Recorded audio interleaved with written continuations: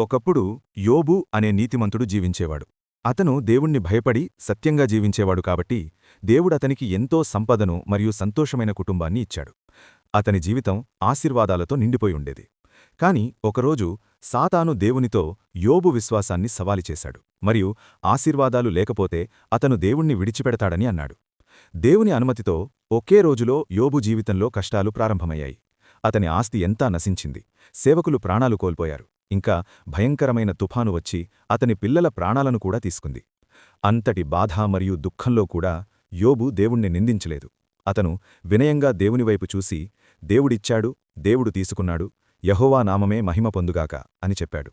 శరీరం వ్యాధితో బాధపడినా అతని విశ్వాసం మాత్రం కదల్లేదు.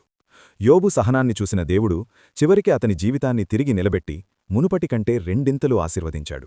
కాబట్టి మన జీవితంలో పరీక్షలు వచ్చినప్పుడు భయపడకూడదు, ఎందుకంటే విశ్వాసం తర్వాతే ఆశీర్వాదం వస్తుంది. మా ఈ చిన్ని ప్రయత్నం మీకు నచ్చినట్లయితే మమ్మల్ని సపోర్ట్ చేయండి. మా ఛానల్ను సబ్స్క్రైబ్ చేసుకోండి. Thank you for watching.